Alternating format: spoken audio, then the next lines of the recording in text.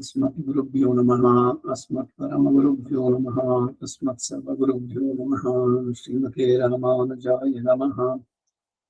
श्रीमान् वेङ्कटनाथार्यः कवितार्किककेसरी वेदान्ताचार्यवर्गो सन्निधत्तां सदा हृदि गुरुभ्यः तद्गुरुभ्यश्च नमो वाग्मदीमहे गुणीमहे च तत्राद्यो दम्पती जगदाम्पति स्वशेषभूतेन मया स्वीयैः सर्वपरिच्छदैः विधातुं प्रीतमात्मानं श्रीमान् प्रक्रमते स्वयं शुक्लाम्बरधरं विष्णुं शशिवर्णं चतुर्भुजं प्रसन्नवदनं ध्यायेत् सर्वविघ्नोपशान्तये यस्यद्विरदवक्त्राद्याः पारिषद्याः परश्शतं विघ्नं निघ्नन्ति सततं विश्वक्सेवं रामानुजदया पात्रं ज्ञानवैराग्यभूषणं श्रीमद्वेङ्कटनाथार्यं वन्दे वेदान्तदेशिकम् लक्ष्मीनाथसमारम्भां नाथयामुनमध्यमाम् अस्मदाचार्यपर्यन्तां वन्दे गुरुपरम्पराम् यो नित्यमच्युतपदाम्बुजयुग्मरुक्मं व्यामोहतस्तदितराणि तृणाय मेने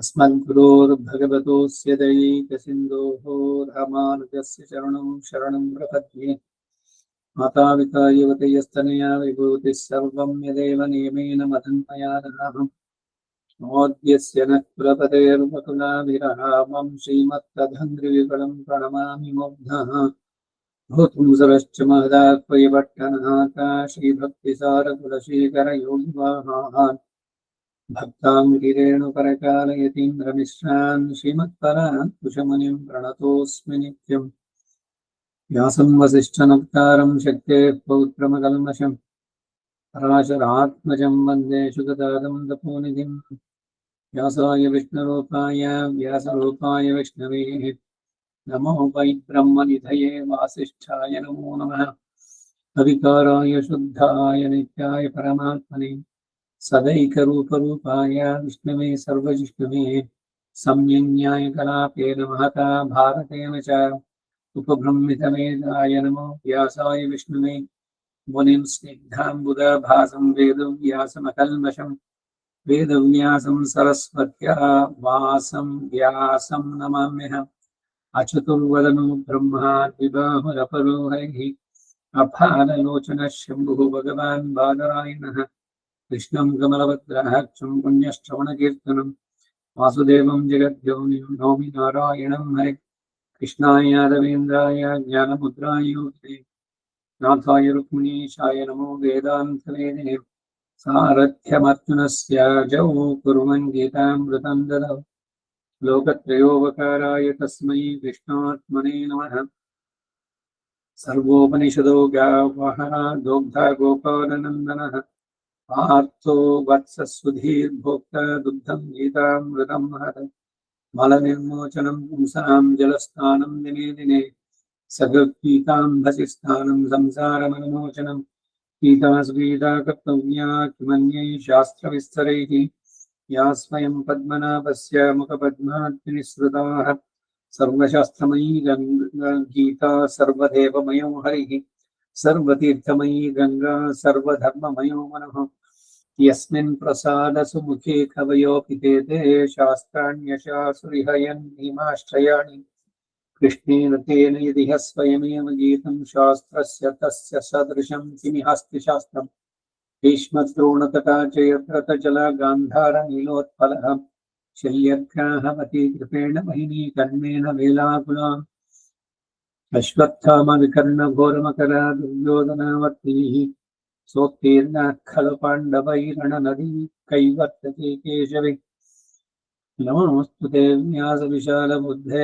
पुल्लारविन्दाय तपत्तनेत्रम् येन त्वया भारततैलपूर्णः प्रज्वालितो ज्ञानमयप्रदीपः प्रपन्नपारिजाताय तोत्रवेत्रैकपाणये ज्ञानमुद्राय कृष्णाय गीतामृतदुहे नमः वसुदेवसुतं देवं कंसचाणूरमर्दनं देवकी परमानन्दं कृष्णं वन्दे जगद्गुरुम् पाराशर्यमचः सरोजममलं गीतार्थगन्धोत्कटं नानाख्यानतकेसरं हरिकथा सम्बोधनाबोधितं लोके सज्जनषट्पदैरहरः प्रीयमानं मुदा भूयाद्भारतपङ्कजं कलिमलप्रध्वंसिनश्चयसे ಮೂಕಂ ಕರೋತಿ ವಾಚಾಲಂ ಪಂಗುಂ ಲಂಘಯತೆ ಗಿರಿಂ ಯತ್ಕೃಪಾತಮಹಂ ವಂದೇ ಪರಮಾನಂದಮಾಧವಂ ಯಂ ಬ್ರಹ್ಮಾ ವರುಣೇಂದ್ರ ರುದ್ರಮರುತಸ್ತುನ್ವಂತಿ ದಿವ್ಯೈಸ್ತವೈಃ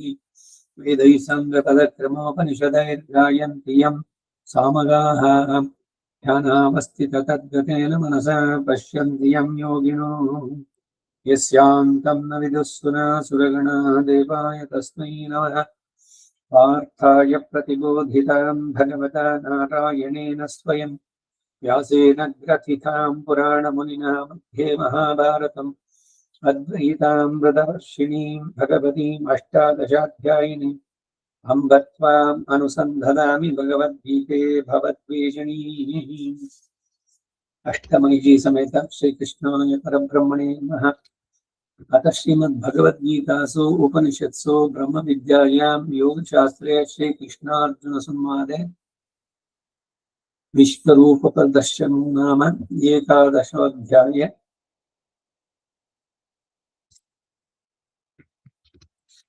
ಸಪ್ತಮ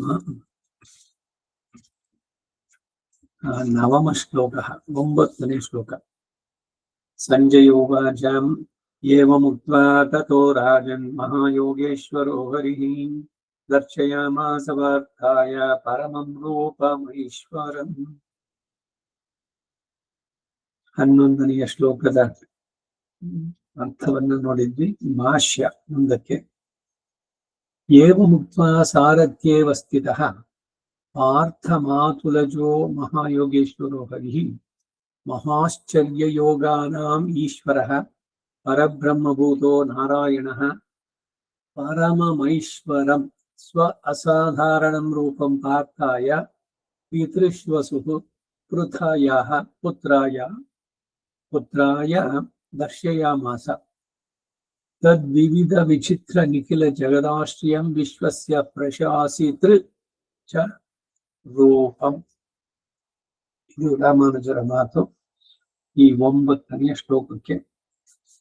ಏವ ಮುಕ್ತ, ನಿನಗೆ ದಿವ್ಯವಾದ ಚಕ್ಷುಷನ್ನು ಕೊಡ್ತೇನೆ, ನನ್ನ ವಿಶ್ವರೂಪವನ್ನು ನೋಡು ಅಂತ ಹೀಗೆ ಹೇಳಿ ಸಾರಥ್ಯೇವ ಸ್ಥಿತಃ ಲೀಲಾ ಸಾರಥಿಯ ಕಾರ್ಯವನ್ನು ಅವಲಂಬಿಸಿಕೊಂಡಿರುವ ಪಾರ್ಥ ಮಾತುಲಜಃ ಅರ್ಜುನನ ಮಾವನ ಮಗನಾದ ಮಹಾಯೋಗೇಶ್ವರೋ ಹರಿಃ ಅಂದರೆ ಮಹಾಶ್ಚರ್ಯ ಯೋಗಾನಾಂ ಈಶ್ವರ ಮಹತ್ತಾದ ಆಶ್ಚರ್ಯಗಳಾದಂತಹ ಲಕ್ಷ್ಮಿ ಕಲ್ಯಾಣ ಗುಣ ಉಭಯ ವಿಭೂತಿಗಳ ಯೋಗಗಳಿಗೆಲ್ಲ ಸ್ವಾಮಿಯಾಗಿ ನಿಯಾಮಕನಾದಂತಹ ಪರಬ್ರಹ್ಮನಾದ ನಾರಾಯಣನು ಈ ವಿಶ್ವರೂಪವನ್ನು ಧರಿಸಿದವನೇ ಪರಬ್ರಹ್ಮನಾದ ನಾರಾಯಣ.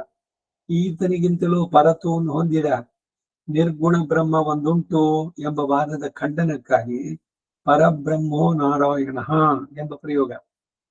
ಈ ಸಂದರ್ಭದಲ್ಲಿ ಭೀಷ್ಮರ ಮುಕ್ತಿಯು ಕೂಡ ಅನುಸಂದೇಹ. ಭೀಷ್ಮ ಹೇಳಿದ ಮಾತು, ಆಭೂತ ಸಂಪ್ಲವೇ ಪ್ರಾಪ್ತೆ ಪ್ರವೀಣೆ ಪ್ರಗತೋ ಮಹಾನ್ ಏಕಸ್ಥಿಷ್ಠತಿ ಸರ್ವಾತ್ಮ ಸತು ನಾರಾಯಣ ಪ್ರಭು. ಭಾರತದ ಸಭಾಪರ್ವದ 43ನೇ ಅಧ್ಯಾಯ 25ನೇ ಶ್ಲೋಕ.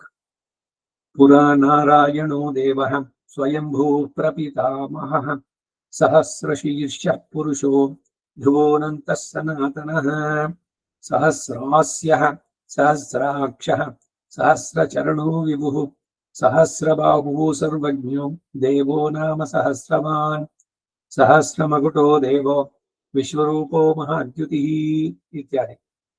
ಪರಮೈಶ್ವರಂ ಉತ್ಕೃಷ್ಟಗಳಾಗಿಯೂ ಮಹತ್ವಗಳಾಗಿರುವಂತಹ ಕಲ್ಯಾಣ ಗುಣಗಣ ವಿಭೂತಿಗಳೊಂದಿಗೆ ಸೇರಿರುವ ಮತ್ತು ನಿಯಂತ ಆಗಿರುವ ಸ್ವ ಅಸಾಧಾರಣಂ ತನಗೆ ಮಾತ್ರವೇ ಅಸಾಧಾರಣವಾಗಿರುವಂತಹ ರೂಪಂ ವಿಶ್ವರೂಪವನ್ನ ದಿವ್ಯ ಮಂಗಳ ವಿಗ್ರಹವನ್ನ ಪಾರ್ಥಾಯ ಪಿತೃಶ್ವಸುಹು ಪೃಥಾಯ ಪುತ್ರಾಯ ತನ್ನ ಅತ್ತೆಯಾದ ಪೃಥಾವಿನ ಮಗನಾದ ಅರ್ಜುನ. ಕುಂತಿಗೆ ಇನ್ನೊಂದು ಹೆಸರು ಪೃಥು ಅಂತ, ಅದಕ್ಕೆ ಇವನಿಗೆ ಪಾರ್ಥ ಅನ್ನೋ ಹೆಸರು ಬಂದಿರೋದು. ಅರ್ಜುನನಿಗೆ ದರ್ಶಯಾಮಾಸ ತೋರಿಸಿದ. ಪರಮಂ ರೂಪಮೈಶ್ವರಂ ಎಂಬುದರಿಂದ ತೋರಿ ಬರುವ ತಾತ್ಪರ್ಯವನ್ನು ಬರೀತಾರೆ. ತದ್ವಿವಿಧ ವಿಚಿತ್ರ ನಿಖಿಲ ಜಗದಾಶ್ರಯ, ವಿವಿಧವಾಗಿಯೂ ವಿಚಿತ್ರವಾಗಿರುವಂತಹ ಆ ಸಮಸ್ತ ಜಗತ್ತಿಗೂ ಆಶ್ರಯಭೂತನಾಗಿಯೂ ವಿಶ್ವಸ್ಯ ಪ್ರಶಾಸಿತೃ ಚ ರೂಪಂ, ಸಮಸ್ತ ವಿಶ್ವಕ್ಕೂ ನಿಯಾಮಕನಾಗಿರುವ ರೂಪವನ್ನ ತೋರಿಸಿದನು ಎಂಬ ಭಾವ. ಮಹಾಯೋಗೇಶ್ವರನಾದ ಶ್ರೀಹರಿಯು ಅರ್ಜುನನಿಗೆ ಅತ್ತೆಯ ಮಗನಾಗಿ ಅವತರಿಸಿ ಆತನಿಗೆ ಸಾರಥ್ಯದಲ್ಲಿ ನಿಂತು ಇಂತಹ ವಿಶ್ವರೂಪವನ್ನ ಪ್ರದರ್ಶಿಸಿದನು ಎಂದು ಮಹಾಜ್ಞಾನಿಯಾದ ಸಂಜಯರು ಹೇಳುವುದರಲ್ಲಿ ಅವರಿಗೆ ಅಭಿಪ್ರಾಯ ಏನಿರಬಹುದು ಎಂದು ಊಹಿಸುವುದರಲ್ಲಿ ಮಹಾಯೋಗೇಶ್ವರನಾಗಿರುವ ಶ್ರೀಹರಿಯು ಪರಮಾತ್ಮನು ಎಂತಹ ಸೌಲಭ್ಯ, ಸೌಶಲ್ಯ, ದಯ, ವಾತ್ಸಲ್ಯಾದಿಗಳಿಂದ ಯುಕ್ತನು.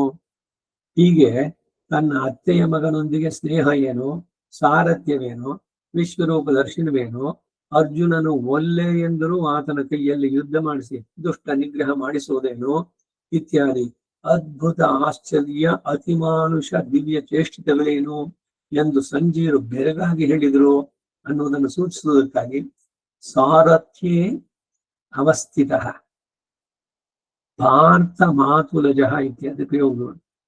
ತನ್ನ 5 ರಾಜ್ಯಗಳನ್ನಿಟ್ಟುಕೊಂಡು ಸುಖವಾಗಿರಲು ಯೋಗ್ಯತೆ ಇಲ್ಲದ ಅರ್ಜುನ ಎಲ್ಲಿ, ಅಖಿಲ ಜಗತ್ತಿಗೂ ಆಶ್ರಯವಾಗಿ ನಿಯಂತ ಆಗಿರುವಂತಹ ಪರಮಾತ್ಮನಲ್ಲಿ.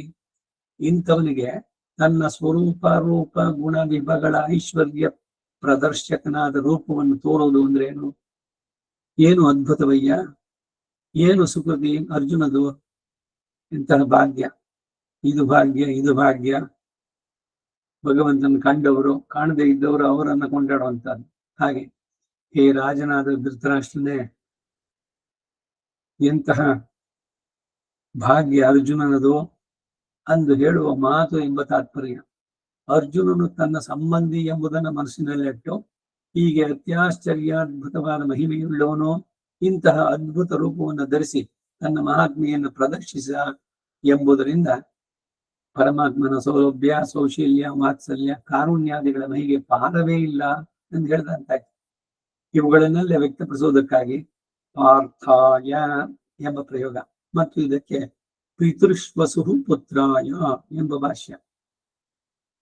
ಇಲ್ಲಿ ಪರಬ್ರಹ್ಮಭೂತೋ ನಾರಾಯಣ ಎಂಬ ಪ್ರಯೋಗ ಯಾಕೆ ಅಂತಂದ್ರೆ, ಈ ವಿಶ್ವರೂಪವನ್ನ ಪರಬ್ರಹ್ಮನು ತೋರಿಸಿದ್ನಲ್ಲ, ಇದೇನು ಶೈವ ರೂಪವೇ ವೈಷ್ಣವ ರೂಪವೇ ಎಂಬ ಚರ್ಚೆಯಲ್ಲಿ ಕೆಲವರ ಅಭಿಪ್ರಾಯ ಏನು ಅಂದ್ರೆ, ಶ್ರೀಕೃಷ್ಣನು ಅರ್ಜುನಿಗೆ ಬೋಧಿಸುವುದು ಇದೆಲ್ಲ ವ್ಯಾವಹಾರಿಕ ದಶೆಯ ಚೇಷ್ಟೆಗಳು. ಈಗ ತೋರಿಸಿದ ವಿಶ್ವರೂಪ ಶೈವ ರೂಪವು, ಏಕೆಂದ್ರೆ ಇಲ್ಲಿ ಪರಮಂ ಐಶ್ವರಂ ಇತ್ಯಾದಿ ಪ್ರಯೋಗ ಇರುವುದರಿಂದ ಈಶ್ವರನಾದ ಶಿವನ ರೂಪ ಎಂದು ಇದಕ್ಕೆ ಪ್ರಮಾಣವಾಗಿ ನಿಹತಾಂ ಸ್ಥೇನ ಪೂರ್ವತ್ವಂ ಅಥವಾ ನಸಿ ವೈರಿಪೂನ್ ಅಪ್ರಮೇಯಂ ಪ್ರಧಾನಂ ತಂ ದೇವದೇವ ಮಮ ಉಮಾಪತಿಂ ಭಜಸ್ವ ನಿತ್ಯಂ ಪ್ರಯುತೋ ವಿಶ್ವೇಶಂ ಹರಂ ಅವ್ಯಯಂ ಎಂಬುದನ್ನು ಉದಾಹರಿಸ್ತಾರೆ. ಭಗವದ್ಗೀತೆಗೆ ವ್ಯಾಖ್ಯಾನ ಬರೀಬೇಕಾದ್ರೆ ಯಾರ್ಯಾರಿಗೆ ಏನೇನು ಸಿಗುತ್ತೋ ಎಲ್ಲ ಸೇರಿಸ್ಕೊಂಡು ಹೇಳುವಂತ ಶ್ರೀಕೃಷ್ಣನ ರುದ್ರ ರೂಪವನ್ನು ಪ್ರದರ್ಶಿಸಿದ್ರು ಎಂಬುದಕ್ಕೆ ಈ ಗೀತೆಯಲ್ಲಿ ಯಾವ ಸಾಧಕವೂ ಇಲ್ಲ. ರುದ್ರ ರೂಪ ಏಕಾಏಕಿ ಇಲ್ಲಿ ಬರಲು ಪ್ರಕರಣ ಏನಾದ್ರೂ ಉಂಟೆ? ಅದರ ಪ್ರಸಕ್ತಿ ಇಲ್ವಲ್ಲ.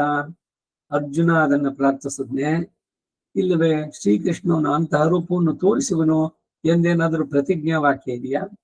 ಯಾವುದೂ ಇಲ್ಲ. ತೋರಿಸಿದ್ದು ತಮ್ಮ ರೂಪವೇ ಎಂಬುದರಲ್ಲಿ ಈಶದಪಿ ಸಂದೇಹ ಇಲ್ಲ, ಸ್ವಲ್ಪನಾದ್ರೂ ಸಂದೇಹ ಇಲ್ಲ. ಏಕೆಂದ್ರೆ ಮುಂದೆ ಮಮ ದೇಹೇ ಗುಡಾಕೇಶ ಹಿಂದೆ ಬಂದಿದ್ದು 9-7ನೇ ಶ್ಲೋಕದಲ್ಲಿ ಎಂದಿರೋದ್ರಿಂದ ಬೇರೆ ದೇಹವನ್ನು ಪ್ರದರ್ಶಿಸಿದರು ಎಂಬ ವಾದವು ಕೂಡ ದೂರೀಕೃತವಾಯಿತು. ಏಕದೇಶಿ ಅಂತ ಬಂತು ಅಲ್ಲಿ. ನನ್ನ ಈ ದೇಹದಲ್ಲೇನೆ ಈ ವಿಶ್ವದ ಸಮಸ್ತವನ್ನು ಕೂಡ ನಿನಗೆ ತೋರಿಸ್ತೇನೆ ನೋಡು ಅಂತ ಹೇಳಿದ್ರು. ಇಷ್ಟೆಲ್ಲ ಚರ್ಚೆಗಳು, ಯಾವ ಅಭಿಪ್ರಾಯಗಳು ಏನೇನು ಬರುತ್ತೋ ಅದನ್ನೆಲ್ಲ ಖಂಡಿಸಿ ಹೇಳ್ತಾ ಇದ್ದಾರೆ. ಏನು ಸರಿಯಾಗಿ ತಿಳಿಬೇಕಾದಂತ ಮಮದೇಹೇ ಗುಡಾಕೇಶ ಎಂದಿರೋದ್ರಿಂದ ಬೇರೆ ದೇಹವನ್ನ ಈ ಕೃಷ್ಣ ಪ್ರದರ್ಶಿಸಿದ ಅಂತಾನೋ. ಈಗ ನನ್ನದನ್ನ ತೋರಿಸ್ತೀನಿ ನೋಡು, ನಾನು ನಿಂತಿದ್ದೀನಿ, ಅವನು ನಿಂತಿದ್ದಾನೆ, ಅಲ್ಲಿ ಇನ್ನೊಂದು ರೂಪನೂ ಇದೆ, ಅದು ಬೇರೆ ದೇಹ, ಇವನು ಬೇರೆನಾ ಅಂತಂದ್ರೆ ಅಲ್ಲ, ಅವನ ದೇಹದಲ್ಲೇ ಎಲ್ಲವನ್ನು ತೋರಿಸಿದ್ದು. ಧೃತಿಂ ನ ವಿಂದಾಮಿ ಶಮಂಚ ವಿಷ್ಣು ಇದೇ ಅಧ್ಯಾಯದ 24ನೇ ಶ್ಲೋಕ. ಆ ರೂಪವನ್ನು ಕುರಿತ ಸಂಬೋಧನೆಗಳಲ್ಲಿ ಧೃತಿಂನ ಬಿಂದಾಮಿ ಶಂಚ ವಿಷ್ಣು 24ನೇ ಶ್ಲೋಕ ಎಂದು, ಭಾಸಸ್ತವೋಗ್ನಾಹ ಪ್ರತಪಂತಿ ವಿಷ್ಣೋ 30ನೇ ಶ್ಲೋಕ ಎಂದು ಇರೋದ್ರಿಂದ ವಿಷ್ಣು ರೂಪ ಅನ್ನೋದು ಸುವ್ಯಕ್ತ. ಋಷಿಕೇಶ, ಹರಿ ಇತ್ಯಾದಿ ಪ್ರಯೋಗಗಳು ಇರೋದ್ರಿಂದ ಉಮಾಪತಿಯ ರೂಪ ಎಂಬುದು ಪೂರ್ವಾಪರ ವಿರೋಧಗಳನ್ನು ಪರಿಗಣಿಸದೆ ಮನಸ್ಸು ಬಂದ ಹಾಗೆ ಹೇಳುವ ಮಾತಾಗುತ್ತೆ. ತನ್ನ ರೂಪವನ್ನೇ ತೋರಿಸು ಎಂದು ಪ್ರಾರ್ಥಿಸಿದರೆ ಇತರ ರೂಪವನ್ನು ತೋರಿಸಿದ್ರು ಎಂದು ಹೇಳಿದ್ರೆ ಭಕ್ತನು ಕೇಳೋದೊಂದು, ಸ್ವಾಮಿಯು ತೋರೋದೇ ಒಂದು. ಹೀಗೆ ಅನನ್ವಯ ಪ್ರಾಪ್ತವಾಗುತ್ತೆ. ಲೋಕ ರೂಢಿನ ಸರಿಬಹುದು. ಈಗ ತರಕಾರಿ ಅಂಗಡಿಗೆ ಹೋಗ್ಬಿಟ್ಟು ಹಾಗಲಕಾಯಿ ಕುಡಿ ಅಂದ್ರೆ, ಸ್ವಾಮಿ ಗೋರಿಕಾಯಿ ಇದೆ ತಗೊಳ್ಳಿ. ಗೋರಿಕಾಯಿ ಅಲ್ಲ, ಇವನ್ ಕೇಳಿದ ಹಾಗಲಕಾಯಿ. ಅವನಿಗೆ ಸೇಲ್ ಆಗ್ಬೇಕು, ಅವನ ಹತ್ರ ಇಲ್ಲ ಅಂತ ಬಾಯಿನಲ್ಲಿ ಹೇಳೋಕಿಲ್ಲ. ಅದಕ್ಕೆ ಅವನೇನ್ ಮಾಡ್ತಾನೆ, ಗೋರಿಕಾಯಿ ಇದೆ ತಗೊಳ್ಳಿ ಅಂತಾನೆ. ಹಾಗಲಕಾಯಿ ಇದೆಯೇನಯ್ಯ ಅಂದ್ರೆ ಗೋರಿಕಾಯಿ ಇದೆ ತಗೋ ಅಂತ ಹೇಳ್ದಂಗೆ ಆಯ್ತು. ಹಾಗೆ ಇವನ್ ಕೇಳೋದು ಒಂದು, ಅವನ್ ತೋರ್ಸೋದು ಇನ್ನೊಂದು ಅಂತ ಆಗುತ್ತೇನೋ, ಸರಿಯಾಗತ್ತೋ? ಅದು ಅನ್ವಯ ಆಗೋದಿಲ್ಲ, ಅನನ್ವಯ. ಅದು ಸರ್ವೇಶ್ವರನಿಗೆ ಭಕ್ತ ಪರಾಧೀನನು ಎಂಬ ಬಿರುದು ಸಲ್ಲದೆ ಹೋಗುತ್ತೆ.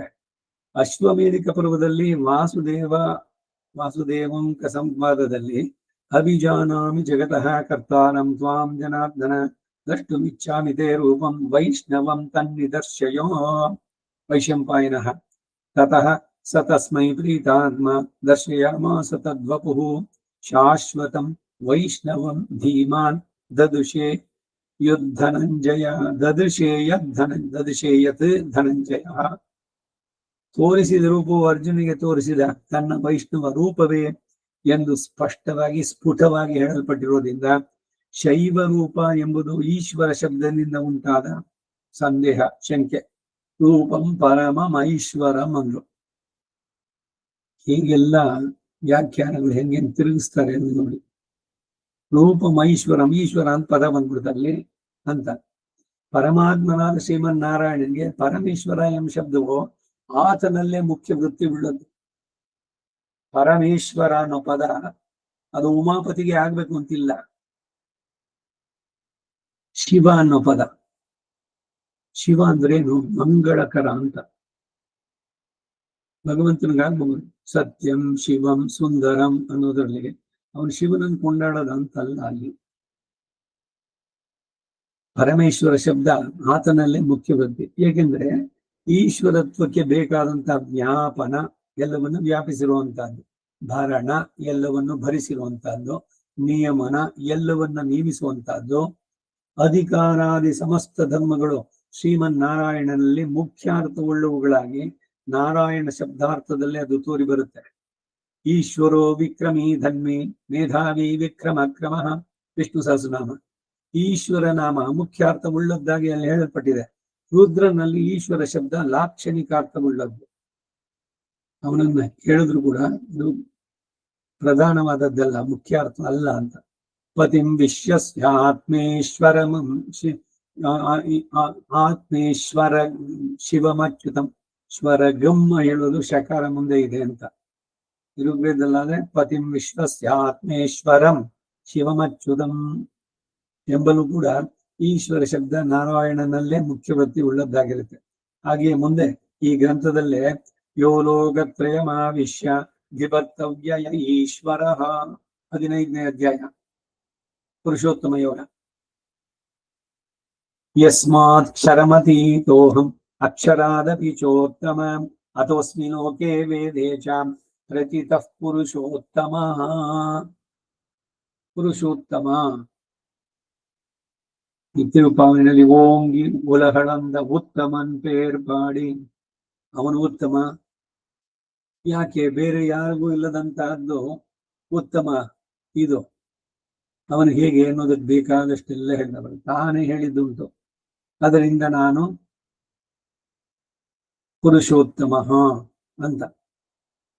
15ನೇ ಅಧ್ಯಾಯದ 17ನೇ ಶ್ಲೋಕ. ಈಶ್ವರ ಶಬ್ದದಿಂದ ಶ್ರೀಕೃಷ್ಣನಾದ ತಾನೇ ಹೇಳಲ್ಪಟ್ಟ ಎಂದು ಹೇಳಿಕೊಂಡಿದ್ದಾರೆ. ಭಗವಂತನೇ, ಭಗವಾನು ವಾಚ. ಅದು ಊರ್ಧ್ವಮೂಲಮದ ಶಾಖಂ ಅಶ್ವತ್ಥಂ ಪ್ರಾಹುರವ್ಯಯಂ ಆರಂಭ ಮಾಡಿ. ಅನೇಕ ಇತಿಹಾಸಗಳಲ್ಲಿ ಶಿವನು ವಿಷ್ಣುವಿನ ವಿಭೂತಿ ಎಂದು ಹೇಳಲ್ಪಟ್ಟಿದೆ. ರುದ್ರಃ ಕಾಲಾಂತಕಾದ್ಯಾಶ್ಚ ಸಮಸ್ತಾಶ್ಚೈವ ಜಂತವಃ ಸಮಸ್ತಾಶ್ಚ ಏವ ಜಂತವಃ ಚತುರ್ಧಾ ಪ್ರಳಯ ಏತೆ ಜನಾರ್ದನ ವಿಭೂತಯಃ ಎಂದು ವಿಷ್ಣು ಪುರಾಣದಲ್ಲಿ ಶ್ರೀ ಪರಾಶರರಿಂದ ಹೇಳಲ್ಪಟ್ಟಿದೆ. ನಾರಾಯಣ ಉಪನಿಷತ್ನಲ್ಲೇ ಇದೆಯಲ್ಲ, ಶಿವಶ್ಚ ನಾರಾಯಣ ಚಕ್ರಶ್ಚ ನಾರಾಯಣ ಕಾಲಶ್ಚ ನಾರಾಯಣ ಏತೌ ದ್ವೌ ವಿಬುಧ ಶ್ರೇಷ್ಠೌ ಪ್ರಸಾದ ಕ್ರೋಧಜೌ ಸ್ಮೃತೌ ತದಾ ದರ್ಶಿತ ಪಂಥಾನು ಸೃಷ್ಟಿ ಸಂಹಾರಕಾರಕೌ ಎಂದು ರುದ್ರನು ತಾಮಸ ಗುಣಾಧಿಕ್ಯವುಳ್ಳವನಾದ್ದರಿಂದ ಸ್ವಾಮಿಯಿಂದ ಸಂಹಾರ ಪ್ರಳಯ ಕಾರ್ಯದಲ್ಲಿ ನಿಯಮಿಸಲ್ಪಟ್ಟಿರೋನಾಗಿ ಶ್ರೀಮನ್ನಾರಾಯಣನ ವಿಭೂತಿಗೆ ಸೇರಿದವರು. ವಿಷ್ಣು ಪುರಾಣ 1:22-23.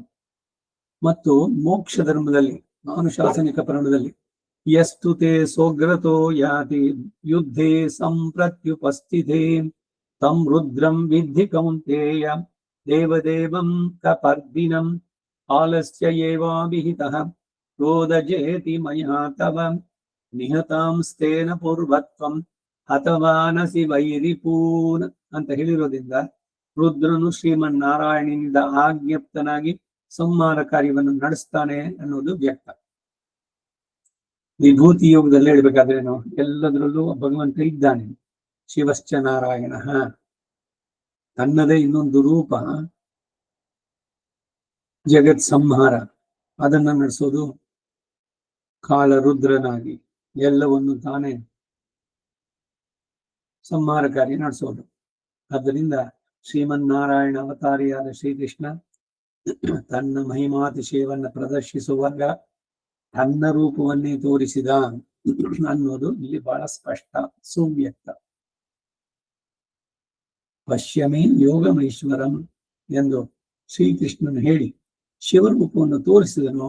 ಅಂದ್ರೆ ವಿಭೂತ್ಯಧ್ಯಾಯ ಪ್ರಕರಣವಾಗಿ ಆ ಶಿವರೂಪವನ್ನೇ ನನ್ನ ವಿಭೂತಿಗೆ ಸೇರಿದ್ದು ಎಂಬ ಅರ್ಥವು ತಪ್ಪಿಲ್ಲವಾದ್ದರಿಂದ ಪೂರ್ವ ಪಕ್ಷಿಯು ಆಶೆಗೆ ಆಗಲೂ ಕೂಡ ಭಂಗ ಎಂಬುದು ತಪ್ಪಿದ್ದಲ್ಲ. ಇವನದೇ ಎಲ್ಲ ಅಂಶಗಳು ಇದು ಬರಬೇಕಾದ್ರೆ ಅಂತ.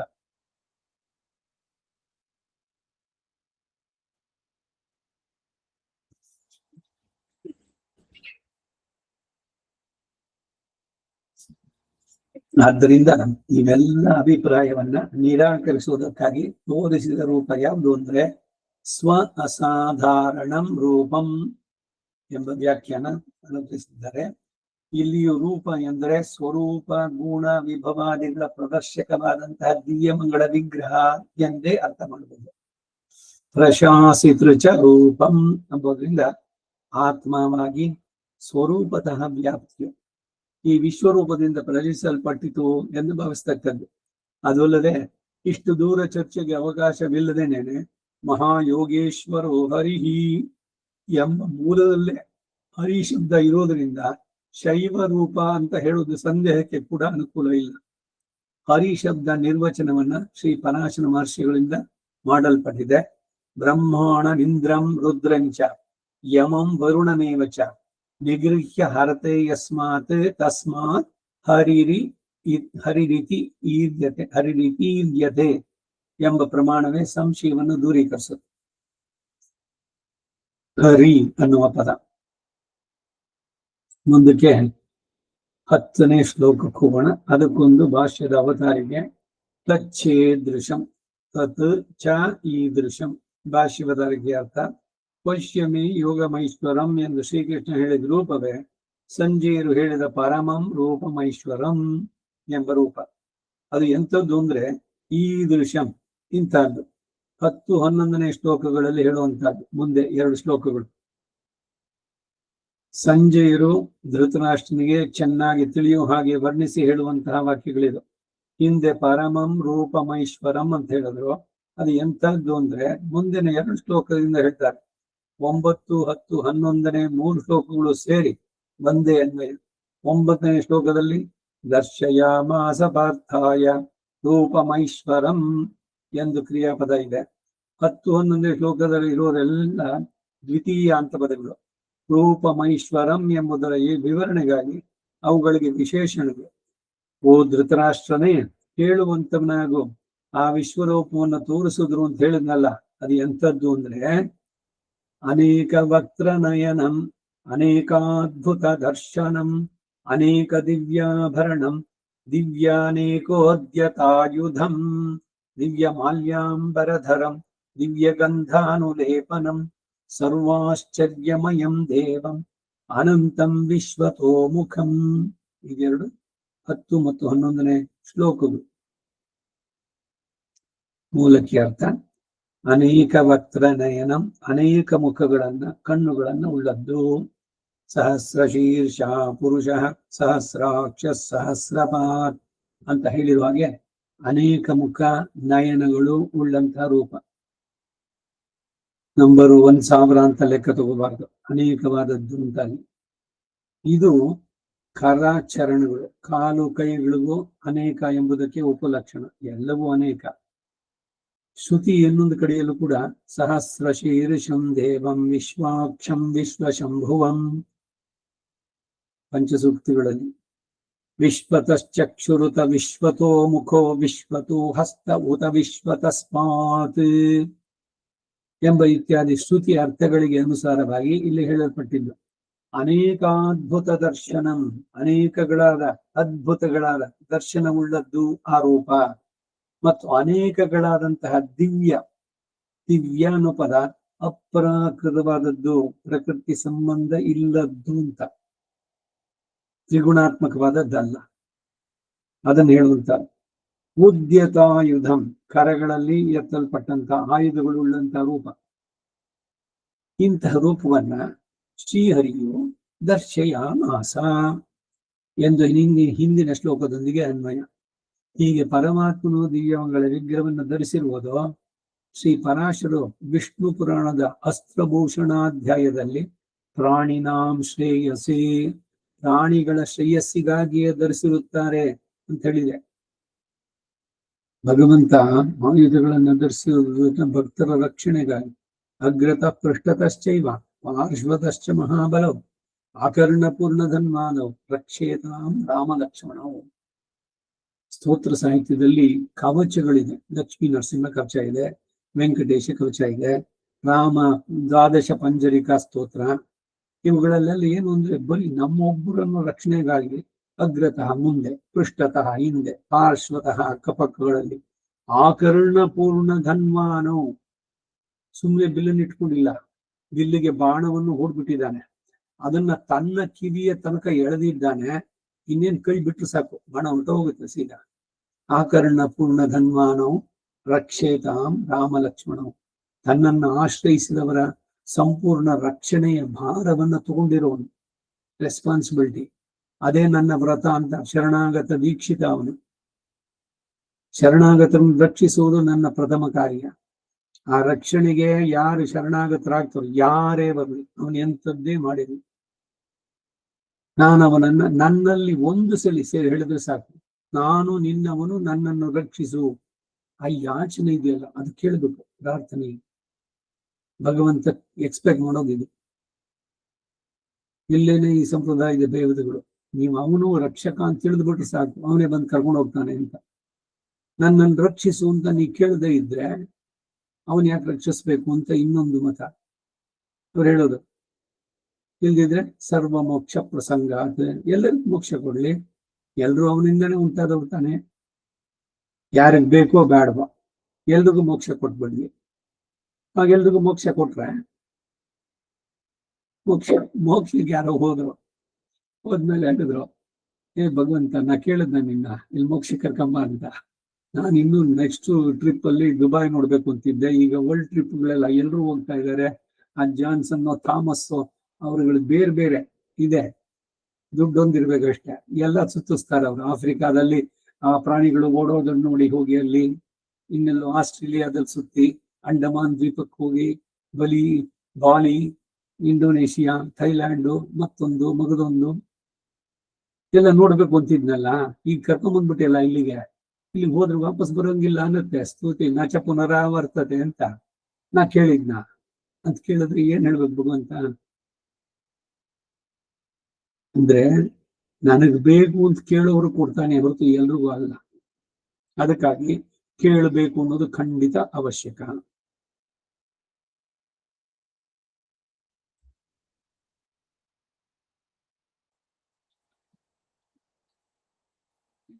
ಕೇಳಿದ್ರೆ ಖಂಡಿತ ಕೊಡ್ತಾನೆ, ಆ ವಿಶ್ವಾಸ ಇರ್ಬೇಕಷ್ಟೆ.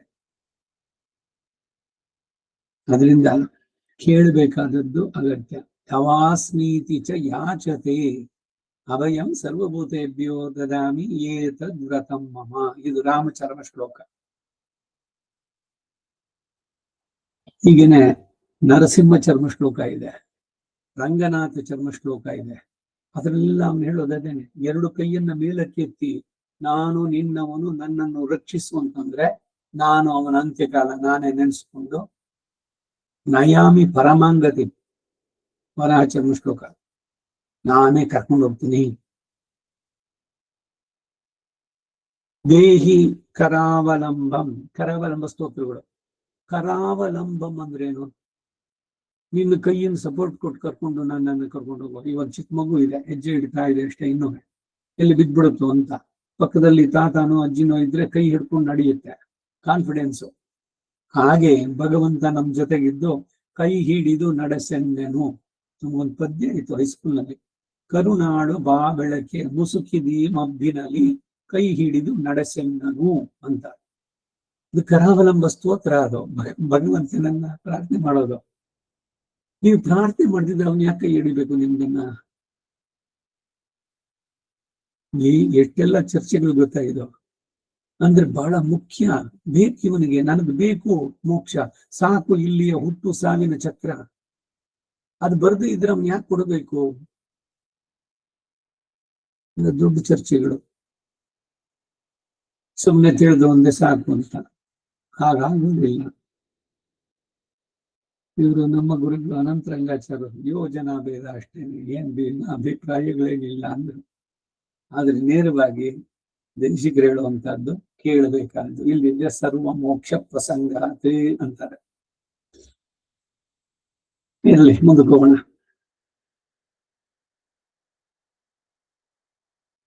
ಅನೇಕ ವಕ್ತ್ರನೇಣ, ಅನೇಕ ಮುಖಗಳು, ಕಣ್ಣು, ಕಾಲು, ಪಾದ,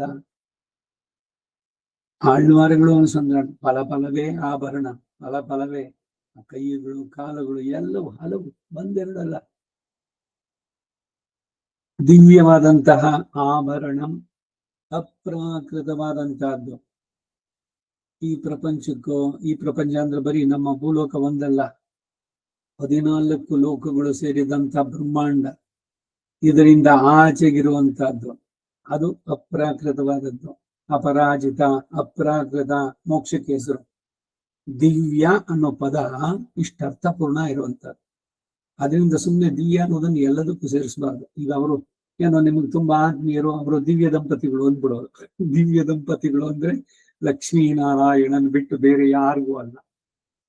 ಶಿವ ಪಾರ್ವತಿಗಲ್ಲ, ಬ್ರಹ್ಮ ಸರಸ್ವತಿಗಲ್ಲ, ಇಂದ್ರ ಇಂದ್ರಾಣಿ ಶಚಿ, ಹೀಗೆ ಎಲ್ಲ ಸಂಬಂಧಗಳು ಹೇಳ್ಬೋದು. ಎಷ್ಟೇನು ಜನ ದೇವರು ದೇವಪತ್ನಿಯರಿದ್ದಾರೆ, ಅವ್ರಿಗೆಲ್ಲ ಈ ದಿವ್ಯ ಅನ್ನೋ ಪದ ಉಪಯೋಗಿಸಬಾರದು. ಯಾಕೆ ಅಂದ್ರೆ ಇವರೆಲ್ಲ ಈ ಪ್ರಕೃತಿ ಮಂಡಲದಲ್ಲಿ ಇರುವಂತವ್ರು. ಬ್ರಹ್ಮನಿಂದ ಆ ಬ್ರಹ್ಮ ಕೀಟ ಪರ್ಯಂತ ಯಾರ್ಯಾರು ಕರ್ಮದ ಶರೀರ ಪಡೆದಿದ್ದಾರೆ ಅವರಿಗೆ ದಿವ್ಯ ಅನ್ನೋ ಪದ ಉಪಯೋಗಿಸೋದಲ್ಲ. ಅದಕ್ಕಾಗಿ ದಿವ್ಯ ದಂಪತಿಗಳು ಅಂದ್ರೆ ಶ್ರೀಮನ್ನಾರಾಯಣನಿಗೆ ಸೀಮಿತವಾದದ್ದು. ಶ್ರೀಯಃಪತಿತ್ವ, ಅವನ ಪುಂಡರೀಕಾಕ್ಷತ್ವ. ನಿನ್ನೆ ಇದರಲ್ಲಿ ಭಗವದ್ ವಿಷಯದಲ್ಲೂ ನೋಡಿದ್ವಿ ಇನ್ನ. ಆ ಪುಂಡರೀಕಾಕ್ಷತ್ವ, ಜಗತ್ತಿನ ನಿಯಮನ, ನಿಖಿಲ ಜಗದಾಧಾರ, ಸರ್ವಕ್ಕೂ ಸ್ವಾಮಿಯಾದವನು, ಸರ್ವಶೇಷಿ. ಈ ಪದಗಳೆಲ್ಲ ಬೇರೆ ಯಾರಿಗೂ ಅನ್ವಯ ಆಗೋಲ್ಲ ಈ ದಂಪತಿಗಳನ್ನು ಬಿಟ್ರೆ. ದಿವ್ಯ ಉದ್ಯತಾಯುಧಂ, ಅಪ್ರಾಕೃತಗಳಾದಂತಹ ಕರಗಳಲ್ಲಿ ಎತ್ತಲ್ಪಟ್ಟಂತಹ ಆಯುಧಗಳುಳ್ಳಂತಹ ರೂಪ. ಇಂತಹ ರೂಪವನ್ನ ಶ್ರೀಹರಿಯು ದರ್ಶ್ಯಾಮಾಸ ಎಂದು ಹಿಂದಿನ ಶ್ಲೋಕದೊಂದಿಗೆ ಅನ್ವಯ. ಹೀಗೆ ಪರಮಾತ್ಮನ ದಿವ್ಯ ಮಂಗಳ ವಿಗ್ರಹವನ್ನ ಧರಿಸಿರುವುದು ಶ್ರೀ ಪರಾಶರರು ವಿಷ್ಣು ಪುರಾಣದ ಅಸ್ತ್ರಭೂಷಣಾಧ್ಯಾಯದಲ್ಲಿ ಪ್ರಾಣಿನಾಂ ಶ್ರೇಯಸ್ಸೆ, ಪ್ರಾಣಿಗಳ ಶ್ರೇಯಸ್ಸಿಗಾಗಿಯೇ ಧರಿಸಿರ್ತಾನೆ ಅಂತ ಹೇಳಿದ್ರು. ಆಯುಧಗಳನ್ನ ಧರಿಸಿರೋದು ನಮ್ಮ ರಕ್ಷಣೆಗೆ ಅಂತ, ಅದಕ್ಕಾಗಿ ಎಲ್ಲಗೆಲ್ಲ ಮತ್ತೆ ಹೇಳಿದ್ರು. ಉದ್ಯತಾಯುಧಗಳು ಲೋಕಕಂಟಕರಾದ ದುಷ್ಟರ ನಿಗ್ರಹಾರ್ಥವಾಗಿ ಅಂತ ಭಾವಿಸುತ್ತದೆ. ಬೇರೆ ಟೈಮ್ನಲ್ಲಿ ಅದೆಲ್ಲ ಅವನಿಗೆ ಆಭರಣ. ಪಂಚಾಯುಧಗಳು, ಷೋಡಶಾಯುಧಗಳು, ಅಟ್ಟಭುಜಗರತ್ತೆ ನೆನ್ನಾನೆ, 8 ಭುಜಗಳು, 16 ಆಯುಧಗಳು, ಷೋಡಶಾಯುಧ ಸ್ತೋತ್ರ. ಯಾಕೆ ಬೇಕು ಇವೆಲ್ಲ ಅಂತಂದ್ರೆ ಭಕ್ತರ ರಕ್ಷಣೆಗಾಗಿ. ಶಂಖ, ಚಕ್ರ, ಗದ, ಪದ್ಮ, ಅಂಕುಶಾಸ್ತ್ರ ಎಲ್ಲವೂ ಇದೆ ಅಲ್ಲಿ ಕೈನಲ್ಲಿ ಆಯುಧಗಳು, ಒಂದೊಂದೇ. ಈ ಆಯುಧಗಳೇನೆ ಆಳ್ವಾರಗಳ ಬರ್ಬೇಕಾದ್ರೆ ಆ ಅಂಶ ಜರು ಅಂತ ಒಂದೊಂದು ಕೇಳೋದು. ಸುದರ್ಶನಾಂಶ, ಪಾಂಚಜನ್ಯಾಂಶ, ರಥಾಂಶ, ಹೀಗೆ ಒಂದೊಂದೇ ಇದರಲ್ಲಿ ಭಕ್ತಿಯ ಇದಕ್ಕಾಗಿ ಬಂದಿದ್ದು. ಭಕ್ತಿ ಪಂಥ ಅದರ ಪ್ರಚಾರಕ್ಕೆ. ಉದ್ಯತಾಯುಧಗಳು ದಿವ್ಯ ಮಾಲ್ಯಾಂಬರಧರಂ, ಅಪ್ರಾಕೃತಗಳಾದಂತಹದ್ದು. ಮತ್ತೆ ವೈಜಯಂತಿ ಮೊದಲಾದ ಪುಷ್ಪಹಾರ, ಕಂಠಾಭರಣಗಳು, ಪೀತಾಂಬರಗಳು. ವೈಜಯಂತಿ ಅನ್ನೋದು ಭಗವಂತನ ಕತ್ತಿನಲ್ಲಿ ಮಾಲೆ. ಈ ವೈಜಯಂತಿ ಅನ್ನೋ ಪದ ಆಕ್ಚುಲ್ ಆಗಿ ಸ್ತ್ರೀ ಇದರಲ್ಲಿ ಸಂಬೋಧನೆ ಮಾಡಿದಾಗ ಸುದರ್ಶನನ ಪತ್ನಿಗೆ ಹೆಸರು ವೈಜಯಂತಿ ಅಂತ. ಭಗವಂತ ಧರಿಸಿರೋದು ವೈಜಯಂತಿ ಮಾಲೆಯನ್ನು. ಕಂಠಕ್ಕೆ ಆಭರಣ, ಪೀತಾಂಬರ ಇವುಗಳನ್ನು ಧರಿಸಿರುವ, ಮತ್ತು ದಿವ್ಯ ಗಂಧಾನುಲೇಪನಂ, ಸರ್ವಗಂಧ, ಭಗವಂತನ ಹೆಸರು ಸರ್ವಗಂಧ. ಹೇಳಿರುವ ಹಾಗೆ ಅಪ್ರಾಕೃತವಾದ ಎಲ್ಲದಕ್ಕೂ ಸೇರಿಸ್ಕೊಳ್ಳೋದು. ಸ್ವ ಅಸಾಧಾರಣ ಅನ್ನೋ ಪದದಲ್ಲಿ ಇವೆಲ್ಲ ಸೇರುವಂತದ್ದು. ಯಾಕೆಂದ್ರೆ ಇದೆಲ್ಲ ಇಲ್ಲಿಯದಲ್ಲ, ಈ ಲೋಕದ್ದು ಪಂಚಭೂತಗಳಿಂದ ತ್ರಿಗುಣಾತ್ಮಕವಾದಂತಹ ಪ್ರಪಂಚಕ್ಕೆ ಸೇರಿದ್ದಲ್ಲ. ಗಂಧದ ಅನುಲೇಪನ, ಅಪ್ರಾಕೃತವಾದ ಗಂಧದ ಅನುಲೇಪನ, ಸರ್ವಾಶ್ಚರ್ಯಮಯಂ, ಸಮಸ್ತ ಆಶ್ಚರ್ಯ ರೂಪವಾದ ಪ್ರಾಚುರ್ಯವುಳ್ಳಂತಹ ದೇವಂ, ಲೀಲಾ ವಿಭೂತಿಯಲ್ಲಿ ಮಮತೆಯುಳ್ಳಂತವನು, ಕ್ರೀಡಾಪರನಾದ ಅಥವಾ ಅದ್ಭುತ ತೇಜಸ್ಸಿನಿಂದ ದೇದೀಪ್ಯಮಾನನಾಗಿರುವಂತಹ ಅನಂತಂ, ದೇಶ ಕಾಲ ವಸ್ತು ಪರಿಚ್ಛೇದ ರಹಿತನಾದವನು. ಸರ್ವದೇಶ, ಸರ್ವಕಾಲ, ಸರ್ವ ಅವಸ್ಥೆಗಳಲ್ಲೂ ಅವನಿರುವಂತ ರೂಪ. ವಿಶ್ವತೋಮುಖಂ, ವಿಶ್ವದ ಎಲ್ಲ ದಿಕ್ಕುಗಳಲ್ಲೂ ಮುಖವುಳ್ಳವನು. ರೂಪವನ್ನು ದರ್ಶಿಯಾಮಾಸ. ವಿಶ್ವತೋಮುಖ ಅನ್ನೋದು ಭಗವಂತನಿಗೆ. ಬ್ರಹ್ಮನಿಗೆ ಹೇಳ್ಬಿಟ್ರಾಗತ್ತೋ? ಅವನು ಇದೆಯಲ್ಲ, ಅವನು ಇರೋದು 4 ಅಷ್ಟೇ, ಚತುರ್ಮುಖ ಅವನು. ಅವನು ವಿಶ್ವತೋಮುಖ ಅಲ್ಲ. 4 ಮುಖದಲ್ಲಿ 4 ವೇದಗಳನ್ನ ಅವುಗಳಿಂದ ಕೊಂಡಾಡ್ತಾ ಭಗವಂತನನ್ನ ಧ್ಯಾನಿಸುವಂತವನು ಚತುರ್ಮುಖ ಬ್ರಹ್ಮ. ಬರೀ ಬ್ರಹ್ಮ ಅಂತಂದ್ರೆ ಪರಬ್ರಹ್ಮನಿಗೇನೆ ಚತುರ್ಮುಖ ಬ್ರಹ್ಮ ಅಂತಾನೆ ನಮ್ಮ ಸಂಪ್ರದಾಯದಲ್ಲಿ ಅದಕ್ಕೆ ಹೇಳೋದು. ಯಾವಾಗ ಈ ಬ್ರಹ್ಮ ರುದ್ರ ಇವರಿಗೆ ಹೇಳ್ಬೇಕಾದ್ರೆ ಅದನ್ನ ದರ್ಶಯಾಮಾಸ ಹಿಂದೆ ಇದೆ ತೋರಿಸೋದ್ನು. ಈಗ ಇದಕ್ಕೆ ಭಾಷ್ಯದ ಅರ್ಥ ಈ 2 ಶ್ಲೋಕಗಳನ್ನು ಸೇರಿಸಿ 10 ಒಂದೊಂದಕ್ಕೆ. ದೇವಂ ದ್ಯೋತಮಾನಂ ಅನಂತಂ ಕಾಲತ್ರಯವರ್ತಿ ನಿಖಿಲ ಜಗದಾಶ್ರಯತೆಯ ದೇಶಕಾಲ ಪರಿಚ್ಛೇದ ಅನರ್ಹಂ ವಿಶ್ವತೋಮುಖಂ ವಿಶ್ವದಿಗ್ವರ್ತಿ ಮುಖಂ ಸ್ವೋಚಿತ ದಿವ್ಯಾಂಬರ ಗಂಧ ಮಾಲ್ಯಾಭರಣಾಯುಧಾನ್ವಿತಂ. ಇದು ಭಾಷ್ಯಕರ್ತ. ದೇವಂ ಅಂದ್ರೆ ದ್ಯೋತಮಾನಂ, ದಿವು ಕಾಂತ್ಯಾಂ ಎಂಬ ಧಾತು ಅರ್ಥದ ಪ್ರಕಾರ ತೇಜೋ ರಾಶಿಯಾಗಿ ಪ್ರಕಾಶಿಸುತ್ತಿರುವಂತಹ. ದ್ಯು ಅನ್ನುವ ಇದರಿಂದ ಹೇಳಿ ದಿವಾರಾತ್ರಿ ಅಥವಾ ಅಹೋರಾತ್ರಿ, ಅಹಹ ಅಹರಹ, ದಿನವೋ ಅಂತ ಹೇಳೋದು ಆ ಅರ್ಥ ಅಲ್ಲಿ. ಇಲ್ಲಿ ದಿವು ಅಂತನ್ನುವಂತಹದ್ದು ಧಾತು. ಆ ಧಾತುವಿಂದ ಬಂದಿದ್ದು ಏನು ಅರ್ಥ ಅಂದ್ರೆ ಕಾಂತ್ಯ, ಒಳ್ಳೆ ತೇಜೋ ರಾಶಿಯಾಗಿ ಪ್ರಕಾಶಿಸುವಂತಹ. ಬರೀ ಸುದರ್ಶನಿಗೆ ಪಂಚಾಯತ ಸ್ತೋತ್ರದಲ್ಲಿ ಏನು ಸ್ಫುರತ್ ಸಹಸ್ರಾರ ಶಿಖಾತಿ ತೀವ್ರಂ ಸುದರ್ಶನಂ ಭಾಸ್ಕರ ಕೋಟಿ ತುಲ್ಯಂ. ಕೋಟಿ ಭಾಸ್ಕರರು, ಕೋಟಿ ಸೂರ್ಯರ ಪ್ರಕಾಶ ಸುದರ್ಶನ ಒಬ್ಬನಲ್ಲಿದೆ. ಆ ಸುದರ್ಶನ ಆಯುಧವನ್ನು ಇಟ್ಕೊಂಡಂತ ಇವನು ತೇಜಸ್ ಹೆಂಗಿರ್ಬೇಕು? ಇವನು ಮುಂದೆ ಈಗ ಸೂರ್ಯ ಪ್ರಖರವಾಗಿ ಜ್ವಲಿಸ್ತಾ ಇದ್ದಾನೆ 12 ಗಂಟೆಯಲ್ಲಿ. ಅವಾಗ ಒಂದು ಚಿಕ್ಕ ಲೈಟ್ ಇಟ್ಕೊಂಡ್ಬಿಟ್ಟು ದೀಪ ಇಟ್ಕೊಂಡು ಇದು ಸೂರ್ಯನಿಗೆ ಸಮ ಅಂತ ಹೇಳಕ್ ಹೋದ್ರೆ ಎಷ್ಟು ನಗೆಪಾಟ್ಲಾಗುತ್ತೆ. ಆ ರೀತಿ ತೇಜಸ್ಸುಗಳಿಗೆಲ್ಲ ತೇಜಸ್ಸಾದವನು, ಸೂರ್ಯನಿಗೆ ಆ ತೇಜಸ್ಸನ್ನು ಕೊಟ್ಟವನು ಅವನೇ. ಅವನ ತೇಜಸ್ ಹೆಂಗಿರ್ಬೋದು? ಅವನು ತೇಜೋ ರಾಶಿಯಾಗಿದ್ದಾನೆ. ಹಾಗೆ ಪ್ರಕಾಶಿಸುತ್ತಿರುವ ಇವೆಲ್ಲ ಹಿಂದಿನ ಶ್ಲೋಕದಲ್ಲಿರುವಂತಹ ರೂಪಮೈಶ್ವರಂ ಎಂಬುದಕ್ಕೆ ವಿಶೇಷಣಗಳು ಇಲ್ಲೆಲ್ಲ ಹೇಳ್ತಾ ಇರೋದು ಮುಂದಕ್ಕೆ. ಅನಂತಂ ಅಂದರೆ ಕಾಲತ್ರಯವರ್ತಿ ನಿಖಿಲ ಜಗದಾಶ್ರಯತೆಯ, ಭೂತ ವರ್ತಮಾನ ಭವಿಷ್ಯತ್ ಕಾಲಗಳಲ್ಲೂ ಇರುತ್ತಿರುವುದಾಗಿ, ಅಂದರೆ ನಿತ್ಯವಾಗಿ ಸಮಸ್ತ ಜಗತ್ತಿಗೂ ಆಶ್ರಯವಾಗಿರೋದು. ರಾಮಾನುಜರಿಗೆ ಸ್ತೋತ್ರ ಬರೆದವರು ಇಬ್ರು ಪ್ರಸಿದ್ಧವಾಗಿ. ಮೇಲ್ಕೋಟೆನಲ್ಲಿ ಯತಿರಾಜ ವಿಂಶತಿ, ಯಜಿರಾಜ ಸಪ್ತತಿ ಎಲ್ಲರೂ ಒಟ್ಟಿಗೆ ಶುರು ಮಾಡ್ಬೇಕಾದ್ರೆ ರಾಮಾನುಜನು ತಂದು ಅದು ಹೇಳ್ತಾ ಬರ್ತಾರೆ. ದೇಶಿಕರ ಸನ್ನಿಧಿ ಬಂದಾಗ ಎಲ್ಲ ಹೆಂಗಲೇನವರೆಲ್ಲ ಹೊರಗಡೆ, ರಾಮಾನುಜ ತಂದು ಅದೇ ಕಂಟಿನ್ಯೂ ಮಾಡ್ತಾರೆ. ಇವರೆಲ್ಲ ಒಳಗಡೆ ಹೋಗಿ ಯತಿರಾಜ ಸಪ್ತತಿ ಹೇಳ್ತಾರೆ. 70 ಶ್ಲೋಕಗಳು ರಾಮಾನುಜರನ್ನ ಕುರಿತು ವೇದಾಂತ ದೇಶಿಕರು ಮಾಡಿದ್ದು. ಹಾಗೆ ಪ್ರದಕ್ಷಿಣೆ ಆಮೇಲೆ 4 ರಸ್ತೆನಲ್ಲಿ ಬರ್ಬೇಕಾದ್ರೆ ಮಣವಾಳ ಮುನಿಗಳ ಸನ್ನಿಧಿ ಬಂದಿದ ತಕ್ಷಣ ಬಡಗಲೇನವರೆಲ್ಲ ಕಂಟಿನ್ಯೂ ಮಾಡ್ತಾರೆ ಯಾವ್ದನ್ನ, ರಾಮಾನುಜನ ತೊಂದಾದಿ. ಇವರು ತೆಂಗಲೇನವರೆಲ್ಲ ಒಳಗಡೆ ಹೋಗಿ ಯತಿರಾಜ ವಿಂಶತಿಯನ್ನು ಹೇಳ್ತಾರೆ. ಇಬ್ರು ಮಾಡ್ತಿರೋದೇನು? ರಾಮಾನುಜನ್ ಕೊಂಡಾಡೋದು. ಯಾಕೆ ಇಬ್ರು ಹೇಳ್ಬಾರ್ದು?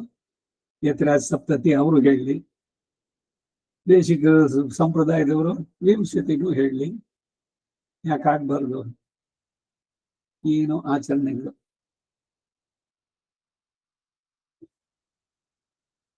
ಯಾಕೀಗೆ ಬಂತು ಇವಾಗ ಅಂತಂದ್ರೆ, ಕಾಲತ್ರಯೇಪಿ ಕರಣತ್ರಯ ನಿರ್ಮಿತಾಪಿ ಪಾಪಕ್ರಿಯಸ್ಯ ಶರಣಂ ಭಗವತ್ ಕ್ಷಮೈವ ಸ್ವಾಚತ್ಯಯೈವ ಕಮಲಾ ರಮಣೇರ್ತಿತಾಯ ಕ್ಷೇಮ ಸತ್ಯತೀಂದ್ರ ಭವತ್ ಸ್ಥಿತಾನಾಂ. ಇದು ಮಣವಾಳ ಮಾಮನಿಗಳು ರಾಮಾನುಜರನ್ನ ಕೊಂಡಾಡಿದ್ದು ಪ್ರಾರ್ಥನೆ. ಕಾಲತ್ರಯೇಪಿ ಕರಣತ್ರಯ ನಿರ್ಮಿತಾದಿ, ಕಾಲತ್ರಯಗಳು ಭೂತ ಭವಿಷ್ಯತ್ ವರ್ತಮಾನ ಕಾಲಗಳಲ್ಲಿ ಕರಣತ್ರಯ, ಕಾಯ ವಾಚ ಮನಸ ಎಲ್ಲ ಮಾಡಿದ್ದ ಅಪಚಾರಗಳನ್ನು ಕ್ಷಮಿಸುವಂತ ಬರುತ್ತಲ್ಲಿ. ಬಹಳ ಸುಂದರವಾದಂತಹದ್ದು ಯತಿರಾಜ ವಿಂಶತಿ. ಇಲ್ಲಿ ಕಾಲತ್ರಯ ವರ್ತಿ ನಿಖಿಲ ಜಗದಾಶ್ರಯತೆಯ ಅಂದ್ರು. ಭೂತ ವರ್ತಮಾನ ಭವಿಷ್ಯತ್ ಕಾಲಗಳಲ್ಲಿ ಇರುತ್ತಿರುವನಾಗಿ ದೇಶ ಕಾಲ ಪರಿಚ್ಛೇದ ಅನರ್ಥ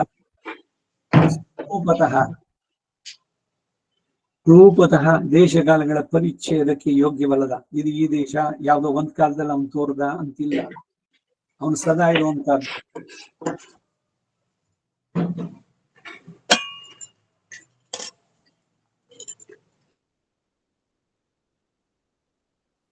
ದೇಶ ಕಾಲಗಳ ಪರಿಚ್ಛೇದಕ್ಕೆ ಯೋಗ್ಯವಲ್ಲದ ಅಂದರೆ ಈ ದೇಶ ಈ ಕಾಲಗಳು ಉಂಟು, ಈ ದೇಶ ಕಾಲಗಳಲ್ಲಿ ಇಲ್ಲ ಎಂದಿರದೆ ಸರ್ವ ದೇಶ ಸರ್ವ ಕಾಲಗಳಲ್ಲೂ ನಿತ್ಯವಾಗಿರುವ ವಿಶ್ವತೋಮುಖಂ ಅಂದರೆ ವಿಶ್ವ ದಿಗ್ವರ್ತಿ ಮುಖಂ, ವಿಶ್ವದ ದಿಕ್ಕುಗಳೆಲ್ಲ ಇರುವ ಮುಖ, ಎಲ್ಲ ವಿಶ್ವದ ಎಲ್ಲ ಕಡೆಗಳಲ್ಲೂ ಎಲ್ಲ ದಿಕ್ಕುಗಳಲ್ಲೂ ಇರುವಂತಹ ಮುಖವುಳ್ಳಂತವನು. ಹಿಂದೆ ಉದಾಹರಿಸಿದ ವಿಶ್ವತಶ್ಚಕ್ಷು ಉತ ವಿಶ್ವತೋಮುಖ ಶ್ವೇತಾಶ್ವತರ ಉಪನಿಷತ್ನಲ್ಲೂ ಇದೆ, ಮತ್ತೆ ನಾರಾಯಣ ಸೂಕ್ತ ಅದರಲ್ಲಿ ಕೂಡ ಬರುತ್ತೆ ಇದು ಎಂಬ ಶ್ರುತಿ ಅರ್ಥದ ಹಾಗೆ ಸಮಸ್ತ ಜಗತ್ತಿಗೂ ಆತ್ಮವಾಗಿ ಅವುಗಳನ್ನೆಲ್ಲ ವ್ಯಾಪಿಸಿರುವ ಸ್ವರೂಪವೂ ಕೂಡ ಇಲ್ಲಿ ಶೋಧಿತವಾಯಿತು.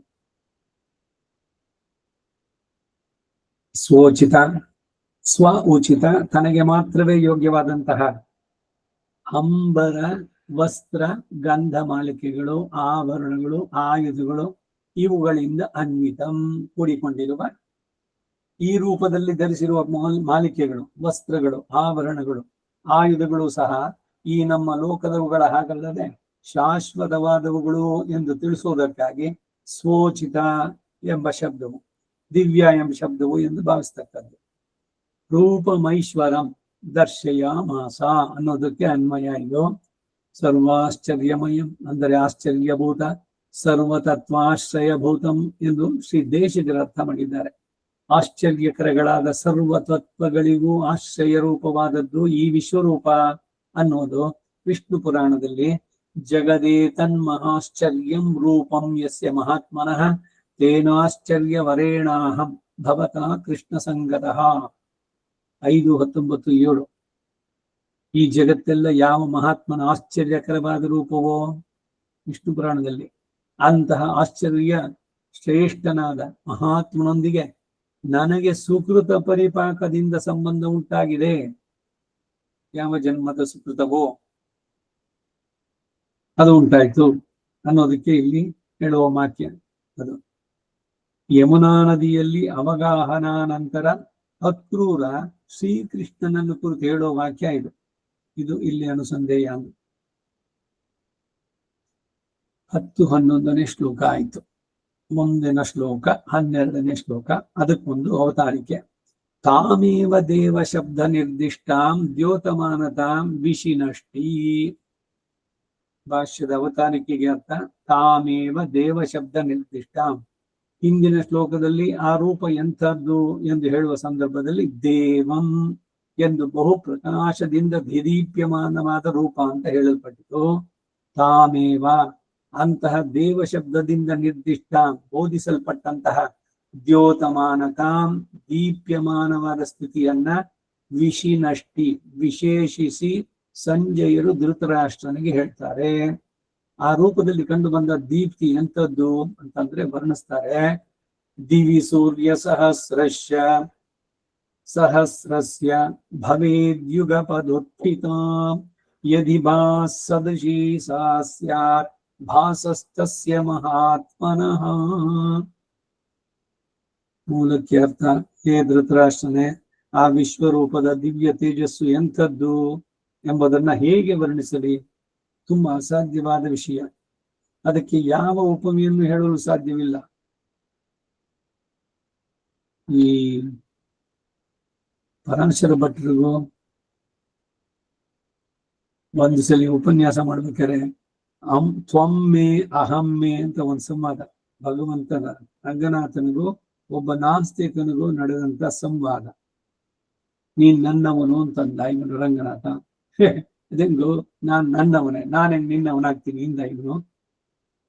ಸರಿ, ಅದ್ ಹೇಗೆ ಅಂತ ಒಬ್ರಿಗೊಬ್ರು ಚರ್ಚೆ.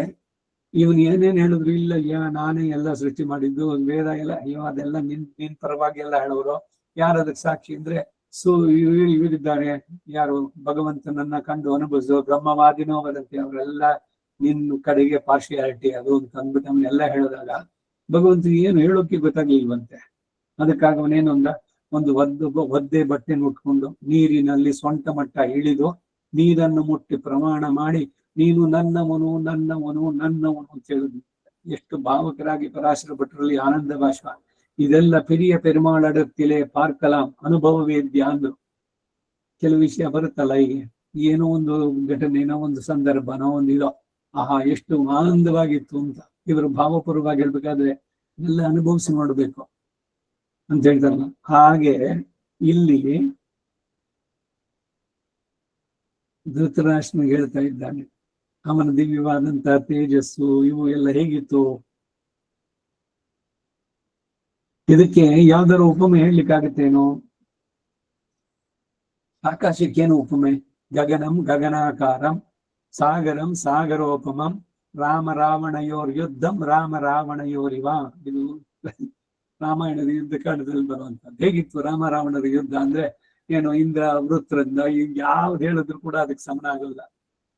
ಹೇಗೆ ಅಂತಂದ್ರೆ ಆಕಾಶಕ್ಕೆ ಆಕಾಶವೇ ಉಪಮೆ. ಆಕಾಶ ಹೇಗಿದೆ ಅಂದ್ರೆ ಆಕಾಶದ ತರ. ಸಾಗರಕ್ಕೆ ಸಾಗರವೇ ಉಪಮೆ. ಅನುಪಮ ಅನ್ನೋ ಪದ ಇದೇನೆ. ಯಾವುದಕ್ಕೆ ಉಪಮೆ ಇಲ್ವೋ ಅದು ಅನುಪಮವಾದದ್ದು. ಉಪಮೆಯನ್ನ ಹೇಳೋಕ್ ಸಾಧ್ಯ ಇಲ್ಲ.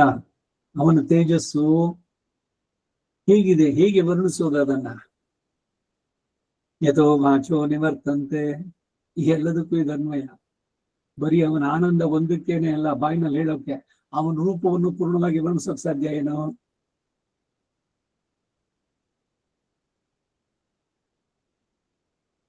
ಆದರೂ ಕೂಡ ಶ್ರೀ ವೇದವ್ಯಾಸರ ಪ್ರಸಾದದಿಂದ ನನಗೆ ಅಭೂತೋಪಮಯ ಮೂಲಕ ಉಪದಿಷ್ಟವಾದದ್ದನ್ನ ತಿಳಿಸ್ತೇನೆ ಕೇಳೋ. ಎಂದು ಸಂಜೀಯರು ವರ್ಣಿಸ್ತಾರೆ. ನನಗೆ ಸಿಕ್ತು ಅಂತಲ್ಲ, ಅವರ ಕೃಪೆಯಿಂದ ನನಗೆ ದೊರಕಿದ್ದು. ಈ ಸ್ತ್ರೀ ಪರ್ವ ಆರಂಭ ಆಗೋಕ್ ಮೊದಲು ಸಂಜೀಯನಿಗೆ ಈ ದಿವ್ಯ ದೃಷ್ಟಿ ಹೋಯ್ತು. ಅಲ್ಲಿ ತನಕ ಇತ್ತು, ಕಡೆ ತನಕ. ದಿವಿ ಅಂತರಿಕ್ಷದಲ್ಲಿ ಸೂರ್ಯ ಸಹಸ್ರ ಸೂರ್ಯರ ಅಥವಾ ಸಹಸ್ರ ಸೂರ್ಯ ಸಹಸ್ರ, ಇಲ್ಲಿ ಸಹಸ್ರ ಶಬ್ದ ಸಂಖ್ಯಾಪರವಲ್ಲ, ಅನೇಕಾರ್ಥಪರ. ಅಲ್ಲಿ ಸಹಸ್ರ ಶೀರ್ಷ ಅಂತ ಹೇಳಿದಂತೆ ಭಾ ಪ್ರಕಾಶವು ಯದಿ ಯುಗ ಪದೋತ್ಥಿತ ಭವೇತೆ, ಒಂದೇ ಸಲ ಹುಟ್ಟಿದ್ದು ಆದರೆ ಸಾ ಅಂತಹ ಅನೇಕ ಸೂರ್ಯ ತೇಜಸ್ಸಿಗೆ ತಸ್ಯ ಮಹಾತ್ಮನ ಆ ವಿಶ್ವರೂಪವನ್ನು ಧರಿಸಿರುವ ಪರಮಾತ್ಮನ ಭಾಸಃ ಕಾಂತಿಗೆ ಸದೃಶಿ ಸ್ಯಾತೆ, ಒಂದು ವೇಳೆ ಸಮಾನವಾದುದಾದ್ರೂ ಆಗ್ಬಹುದು, ಆಗಲು ಸಮಾನವಾಗಲಾರದು ಎಂಬುದೇನೆ ಯದಿ ಅನ್ನುವ ಅಭಿಪ್ರಾಯ. ಭಗವಂತ ವಿಶ್ವರೂಪವನ್ನು ತೋರಿಸಿದ್ದಾನೆ. ಅವನ ಆ ತೇಜಸ್ ಹೇಗಿತ್ತು ಅಂತಂದ್ರೆ, ನಮಗೆ ಈ ಕಾಣುವ ಸೂರ್ಯ ಅವನೊಬ್ಬ ಅಲ್ಲ, ಒಟ್ಟಿಗೆ ಸಹಸ್ರ ಸೂರ್ಯರು ಒಟ್ಟಿಗೆ ಪ್ರಕಾಶಿಸಿದ್ರೆ ಅವರ ಪ್ರಖರದ ತೇಜಸ್ಸು, ಆ ತೀವ್ರತೆ ಇದೆಯಲ್ಲ, ಅದು ಹೇಗಿರ್ಬೋದು? ಹಾಗೆ ಹೇಳುದು ಕೂಡ ಅದು ಸಮಾನವಾಗಲ್ಲ ಅಂತಾನೆ. ಯದಿ ಅಂತ ಆಗಿರೋದು. ಯದಿ ಭಾ ಸದೃಶಿ ಸಾ ಸ್ಯಾತ್. ಸಹಸ್ರ ಸೂರ್ಯರು ಏಕಕಾಲದಲ್ಲಿ ಉದಿಸಿ ಪ್ರಕಾಶಿಸುವುದು ಎಂಬುದು ಕೂಡ ಎಂದಿಗೂ ಇಲ್ಲ. ಒಂದು ವೇಳೆ ಹಾಗೆ ಉದಿಸಿ ಪ್ರಕಾಶಿಸಿದ್ರೆ ಹಾಗೇನಾದ್ರೂ ಆ ಸಮ್ಮಿಳಿತವಾದ ತೇಜಸ್ಸು ಪರಮಾತ್ಮನ ತೇಜಸ್ಸಿಗೆ ಸಮಾನವಾದಿತ್ತೋ ಏನೋ? ಇಲ್ಲ, ಅವಾಗ್ಲೂ ಇಲ್ಲ ಅಂತಾನೆ. ಬರೀ ಸುದರ್ಶನ ಒಬ್ಬನಿಗೆ ಕೋಟಿ ಸೂರ್ಯ ಸಮಪ್ರಭ ಅಂತ ಹೇಳಿದ್ಮೇಲೆ ಆ ಸುದರ್ಶನ ಕೈನಲ್ಲಿ ಇಟ್ಕೊಂಡಿರುವ ಇವನಿಗೆ ಹೆಂಗಿರ್ಬೇಕು ಅಂತ ತೇಜಸ್ಸು? ಮಧ್ಯಾಹ್ನ 12 ಗಂಟೆನಲ್ಲಿ ಚಳಿ, ಇವಾಗ ಹೋಗಿ ಕೂತ್ಕೊಳ್ಳಿ, ಆಹಾ ಬಿಸಿಲು ಎಷ್ಟು ಚೆನ್ನಾಗಿದೆ ಅಂತ ಎಷ್ಟೊತ್ತು ಕೂತ್ಕೊಳ್ಳಿಕ್ ಸಾಧ್ಯ? ಅಲ್ಲಿ ಪೂರಾ ಒಂದ್ 2 ನಿಮಿಷ ಆಗೋಕ್ಕೆಲ್ಲ ಮೈಯೆಲ್ಲ ಚುರು ಚುರು ಅನ್ನತ್ತೆ, ಸದ್ಯ ನೆರಳಿಗೆ ಹೋಗೋಣ ಅನ್ಸತ್ತೆ. ಅಂಥದ್ರಲ್ಲಿ ಸಹಸ್ರ ಸೂರ್ಯರು, ಅವರ ತೇಜಸ್ಸು. ಭಗವಂತನಿಗೆ ಇಷ್ಟೆಲ್ಲ ತೇಜಸ್ಸಿದ್ರು ಕೂಡ ಚಂದ್ರನಂತೆ ಅವನು ಶೀತಲ. ಆದಿತ್ಯನು ತಿಂಗಳು ಎಳಂದಾರ್ ಪೋಲ್ ಅಂತ ಅಲ್ಲಿ ತಿರುಪತಿನಲ್ಲಿ ಹೇಳ್ಬೇಕಾದ್ರೆ ಇಬ್ರು ಒಟ್ಟಿಗೆ ಉದಯಿಸಿದ್ರೆ ಹೇಗಿರುತ್ತೆ? ಚಂದ್ರ ಸೂರ್ಯರು ಒಟ್ಟಿಗೆ. ಅದಕ್ಕೆ ಒಂದ್ ಕಣ್ಣು ಸೂರ್ಯ, ಇನ್ನೊಂದು ಕಣ್ಣು ಚಂದ್ರ. ಚಂದ್ರ ಸೂರ್ಯರು ಚಕ್ಷುಷವು ಅಂತ ಅಂದ್ಬಿಟ್ಟಲ್ಲ. ಭೂ ಪಾದವ್ಯಸ್ಯ ನಾಭಿರ್ವ್ಯದ ಸುರ ನಿಲಶ್ಚಂದ್ರ ಸೂರ್ಯೌಚ ನೇತ್ರೇ. ಅಲ್ಲಿ ವಿಶ್ವರೂಪದ ಇದ್ರದನ್ನೇ ಅಲ್ಲಿ ಹೇಳೋದು ವಿಷ್ಣು ಸಹಸ್ರನಾಮದಲ್ಲಿ ಧ್ಯಾನ ಶ್ಲೋಕದಲ್ಲಿ. ಸೂರ್ಯನಂತೆ ತೇಜಸ್ಸಿದ್ರು ಕೂಡ ಚಂದ್ರನಂತೆ ಶೀತಲವಾಗಿರುವಂತದ್ದು. ಈಗ ಒಂದಕ್ಕೊಂದು ವಿರುದ್ಧವಾದದ್ದು ಇರೋದಕ್ಕೆ ಸಾಧ್ಯನೋ? ಈಗ ತೇಜಸ್ಸಿದೆ ಅಂತಂದ್ರೆ ಅಲ್ಲಿ ಹೀಟು, ಉಷ್ಣ. ಸೂರ್ಯನ ಹತ್ರಕ್ಕೆ ಹೋಗ್ಲಿಕ್ಕಾಗತ್ತೇನೋ? 8000 ಡಿಗ್ರಿ ಸೆಂಟಿಗ್ರೇಡ್. ಅದ್ರ ಹೋದ್ರೆ ಸುಟ್ಟು ಹೋಗ್ತಾರೆ ಎಲ್ರಿಗೂ ಕೂಡ. ವೈನತೆಯ ಅರುಣ ಇಬ್ರು ಯಾರ ಮೇಲೆ ಹಾರ್ತೀವಿ ಅಂತ ವೀಲಕ್ ಹೋದ್ರು, ಹಾರ್ಬಿಟ್ಟ ವರುಣ. ಅಯ್ಯೋ ಪಾಪ ತಮ್ಮ ಸುಟ್ಟೋಗ್ತಾನಲ್ಲ ಅಂತ ಅಣ್ಣ ಅವನ ಮೇಲೆ ರಕ್ಕೆಯನ್ನ ಇದ್ ಮಾಡ್ದ, ರಕ್ಕೆ ಎಲ್ಲ ಸುಟ್ಟೋಯ್ತು, ಬಿದ್ದ ಕೆಳಗೆ. ಸೂರ್ಯನ ಹತ್ರಕ್ಕೆ ಹೋಗಿದ್ರ ಅವರು. ಅಂತಹ ತೇಜಸ್ಸು. ಇದೇನೇನೇನೋ ಅರ್ಥವೇ ಆಗೋಲ್ವಲ್ಲ ಅಂತ ಅನ್ಕೋಬೇಡಿ. ಯಾಕೆ ಹೇಳ್ತೀನಿ ಅಂದ್ರೆ, ಈಗ ಅರ್ಚಿರಾದಿ ಮಾರ್ಗದಲ್ಲಿ ಈ ಶರೀರ ಬಿಟ್ಟ ತಕ್ಷಣ ಸೂರ್ಯ ರಶ್ಮಿಯ ಮುಖಾಂತರ ಹೊರಟೋಗ್ತಾನೆ. ದಿನ ಪೂರ್ವ ಪಕ್ಷ ಶುಡದಂಗ್ ಮಾಸಾಬ್ದ ಮಾತ ಅಂಶು ಮತ್ತೆ ಸೂರ್ಯ ಮಂಡಲವನ್ನ ಒಳಗೆ ಹೊಕ್ಕಿ ಅಲ್ಲಿಂದ ಅಗ್ನಿ, ವಾಯು, ವರುಣ ಲೋಕಗಳು ಎಲ್ಲ ಕಡೆನಲ್ಲೂ ಸಾಕ್ಷಾತ್ತಾಗಿ ಅಗ್ನಿ, ವರುಣ, ವಾಯು ಇವರೆಲ್ಲ ದೇವತೆಗಳೇನೆ ಬಂದು ಇವನನ್ನ ಸ್ವಾಗತಿಸಿ ಅವರವರ ಎಲ್ಲೇ ಎಷ್ಟಿದೆಯೋ ಅಲ್ಲಿ ತನಕ ಬಂದು ಭಗವಂತನ ಸೇರಿದ VVIP ಇವನು, ವೆರಿ ವೆರಿ ಇಂಪಾರ್ಟೆಂಟ್ ಪರ್ಸನ್, ಮುಂದೆ ಕಳಿಸ್ಕೊಡ್ತಾರೆ. ಇದೆಲ್ಲ ಹೆಂಗೆ ಅಂದ್ರೆ ಶ್ರುತಿಗಳಲ್ಲಿದೆ. ನಾ ಹೇಳಿದ್ದು ನಂಬಬೇಕು, ಅದರಲ್ಲಿ ಸಂದೇಹ ಬರಬಾರದು.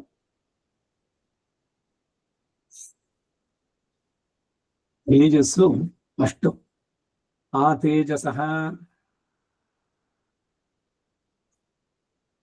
ಆ ವಿಶ್ವರೂಪಿಯ ತೇಜಸ್ಸಿನ ಅಪರಿಮಿತತ್ವವನ್ನ ದರ್ಶನಾರ್ಥವಿದ ಪ್ರದರ್ಶಿಸುವುದಕ್ಕಾಗಿ ಅದನ್ನು ಹೇಳಿದ್ದಾನೆ. ಅದರಿಂದ ಒಟ್ಟು ತಾತ್ಪರ್ಯ ಏನು ಅಂದ್ರೆ ಅಕ್ಷಯ ತೇಜಸ್ವರೂಪಂ ಇತ್ಯರ್ಥ. ಈ 12ನೇ ಶ್ಲೋಕಕ್ಕೆ ಭಾಷ್ಯ ಇದು. ತೇಜಸೋ ಅಪರಿಮಿತಶ್ಚ ದರ್ಶನಾರ್ಥಮಿದಂ ಅಕ್ಷಯ ತೇಜಸ್ವರೂಪಂ ಇತ್ಯರ್ಥ. ನಾಶರಹಿತವಾದ ಪರಿಪೂರ್ಣವಾಗಿ ಸ್ವಲ್ಪವೂ ಕ್ಷೀಣಿಸಿಯೇ ಇಲ್ಲದೆ ಇರುವಂತಹ ತೇಜಸ್ಸುಳ್ಳದ್ದು ಎಂಬ ಅರ್ಥ, ಅಥವಾ ಪರಿಪೂರ್ಣವಾಗಿ ಸ್ವಲ್ಪವೂ ನ್ಯೂನತೆ ಇಲ್ಲದ ತೇಜಸ್ಸುಳ್ಳ ಸ್ವರೂಪವುಳ್ಳದ್ದು ಎಂದಾಗಲೇ ಅರ್ಥ ಮಾಡಬಹುದು. ಈ ಸಂದರ್ಭದಲ್ಲಿ ಚಾಂದೋಗ್ಯದ ಶ್ರುತಿ 3:13-7 ಅಲ್ಲಿ ಬರುವಂತ ಮಾತು, ಅತ ಯದತಃ ಪರೋ ದಿವೋ ಜ್ಯೋತಿರ್ದೀಪ್ಯತೆ ವಿಶ್ವತಃ ಪೃಷ್ಠೇಶು ಸರ್ವತಃ ಪೃಷ್ಠೇಶು ಅನುತ್ತಮೇಶು ಉತ್ತಮೇಶು ಲೋಕೇಶು ಇದಂ ಭಾವತದ್ಯದಿದಮಸ್ಮಿನ್ ಅಂತಃ ಪುರುಷೇ ಜ್ಯೋತಿ. ಚಾಂದೋಗ್ಯದಲ್ಲಿ ಬಂದ ಮಾತು ಇಲ್ಲಿ ಉಲ್ಲೇಖ. ಸಮಸ್ತ ವ್ಯಷ್ಟಿ ಸಮಷ್ಟಿ ತತ್ವಗಳಿಗಿಂತಲೂ ಹೊರಗಿರುವ ಮತ್ತು ಅದಕ್ಕಿಂತಲೂ ಅಪ್ರಾಕೃತ ಸ್ಥಾನ ವಿಶೇಷಕ್ಕಿಂತಲೂ ಆಚೆಗೆ ದೈದೀಪ್ಯಮಾನವಾಗಿ ಜ್ಯೋತಿಯಾಗಿರುವ ಪರಮಾತ್ಮನೇ ಕುಕ್ಷಿಯಲ್ಲಿರುವ ವೈಶ್ವಾನರ ಶಬ್ದ ವಾಚ್ಯನಾದವನು ಅಂತ ಅಲ್ಲಿ ವೈಶ್ವಾನರ ವಿದ್ಯೆ. ನ ತತ್ರ ಸೂರ್ಯೋ ಭಾತಿ ನ ಚಂದ್ರ ತಾರಕಾಹ ಈ ಶ್ಲೋಕದಲ್ಲಿ ಅಲ್ಲೂ ಕೂಡ ತಸ್ಯ ಭಾಸಾ ಸರ್ವಮಿದಂ ವಿಭಾತಿ. ಸೂರ್ಯನ ತೇಜಸ್ಸು ಏನೂ ಇಲ್ಲ ಅಲ್ಲಿ ಭಗವಂತನ ತೇಜಸ್ಸಿನ ಮುಂದೆ. ನ ತತ್ರ ಸೂರ್ಯೋ ಭಾತಿ. ಈಗಿನ ಸೂರ್ಯನ ಮುಂದೆ ನಕ್ಷತ್ರಗಳು ಇವೆಯನ್ನು ಕಾಣಿಸುತ್ತಾ ಆಕಾಶದಲ್ಲಿ? ಯಾಕೆ ಕಾಣಿಸೋಲ್ಲ? ಹಾಗಾದ್ರೆ ನಕ್ಷತ್ರಗಳು ಇಲ್ಲವೇ ಆಕಾಶದಲ್ಲಿ? ನಕ್ಷತ್ರಗಳು ಇವೆ, ಆದ್ರೆ ಈಗ ನಮಗೆ ತೋರಿಸುವಂತ ಇವನಿದನಲ್ಲ ದಿನಕರ, ಅವನ ತೇಜಸ್ಸಿನಲ್ಲಿ ಅದು ಕಾಣಿಸೋಲ್ಲ. ಅದೇ ಅಮಾವಾಸ್ಯೆ ನಿನ್ನೆ ಆಯ್ತಲ್ಲ, ರಾತ್ರಿ ನೋಡಿದ್ರೆ ನಕ್ಷತ್ರಗಳು ಬಹಳ ಸ್ಪಷ್ಟವಾಗಿ ಕಾಣಿಸೋದು. ಯಾಕೆಂದ್ರೆ ಅವಾಗ ಇವನು ಚಂದ್ರನು ಕೂಡ ಇಲ್ಲ. ಸೂರ್ಯನ ಬೆಳಕಿನಲ್ಲಿ ಚಂದ್ರಗಳು ನತತ್ರ ಸೂರ್ಯೋಭಾತಿ. ಹಾಗೆ ಈ ಸೂರ್ಯರು ಕೂಡ ಭಗವಂತನ ತೇಜಸ್ಸಿನ ಮುಂದೆ ಕಾಣಲ್ಲ. ತಸ್ಯ ಮಾಸ ಸರ್ವಂ ಇದಂ. ಅವನ ತೇಜಸ್ಸಿನಿಂದಲೇ ಇವರೆಲ್ಲರೂ ಬೆಳಗುವಂತಹದ್ದು. ಚಂದ್ರನೋ ಸೂರ್ಯನೋ ಅಗ್ನಿಯೋ ಇವರುಗಳಲ್ಲಿ ಏನಾದ್ರು ಸ್ವಲ್ಪ ಬೆಳಕುವಂತಹದ್ದು ಇದೆ ಅಂತಂದ್ರೆ ಅದು. ಅದರಿಂದ ಇವನಿಗೆ ಜ್ಯೋತಿಷಾಂ ಜ್ಯೋತಿಹಿ ಎಂಬ ಪ್ರಮಾಣಗತಾರ್ಥವು ಇಲ್ಲಿ ಕೂಡ ಹೇಳಲ್ಪಟ್ಟಿತು. ಇಂತಹ ನಿರತಿಶಯ ದೀಪ್ತಿ ಮಹತ್ವವು ಜಗದೇಕ ಕಾರಣನಾಗಿ ಭಕ್ತರಿಂದ ಉಪಾಸ್ಯನಾಗಿ ಸರ್ವಾಭಿಷ್ಟ ಫಲಪ್ರದನಾಗಿ ಇರುವಂತಹ ಪರಮ ಪುರುಷನಿಗೆ ಮಾತ್ರವೇ ಸಲ್ಲುತ್ತೆ ಎಂದು ಜ್ಯೋತಿಶ್ಚರಣಾಭಿಧಾನಾತ್ ಶ್ರೀ ಭಾಷ್ಯದಲ್ಲಿ ಇದೊಂದು ಸೂತ್ರ ನಮ್ಮ ಸೂತ್ರದಲ್ಲಿ ಹೇಳಿದೆ. ಜ್ಯೋತಿ ಚರಣಾಭಿಧಾನಾತ್ ಅಂತ. ಹೀಗೆ ಅವನ ತೇಜಸ್ಸು ಅದನ್ನ ವರ್ಣಿಸುವುದಕ್ಕೆ ಸಾಧ್ಯವೇ ಅಂತ. 5:25 ಆಯ್ತು. 12ನೇ ಶ್ಲೋಕ ಭಾಷ್ಯ ಮುಗಿಯಿತು. ಆ ಜಾಗದಲ್ಲಿ ನಿಲ್ಸ್ಕೊಂಡಿರೋಣ. ನಾಳೆ ದಿವಸ ಮುಂದುವರಿಸೋಣ 13ನೇ ಶ್ಲೋಕಕ್ಕೆ.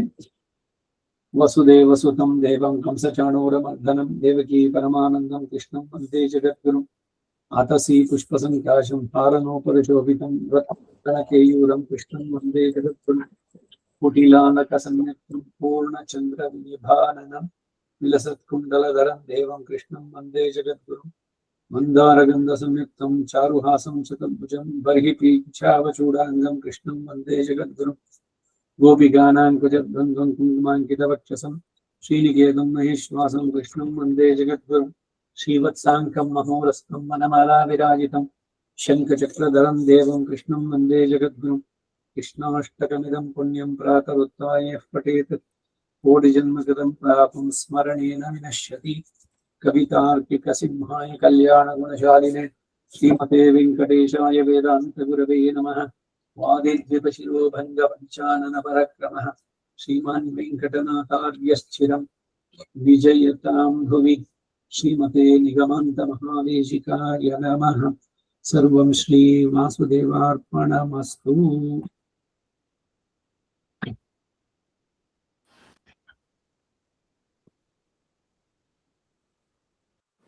ನಮಸ್ಕಾರ ಮಾಮ. ಹೋಯ್ತು. ನಾನು ಅನ್ಕೊಂಡೆ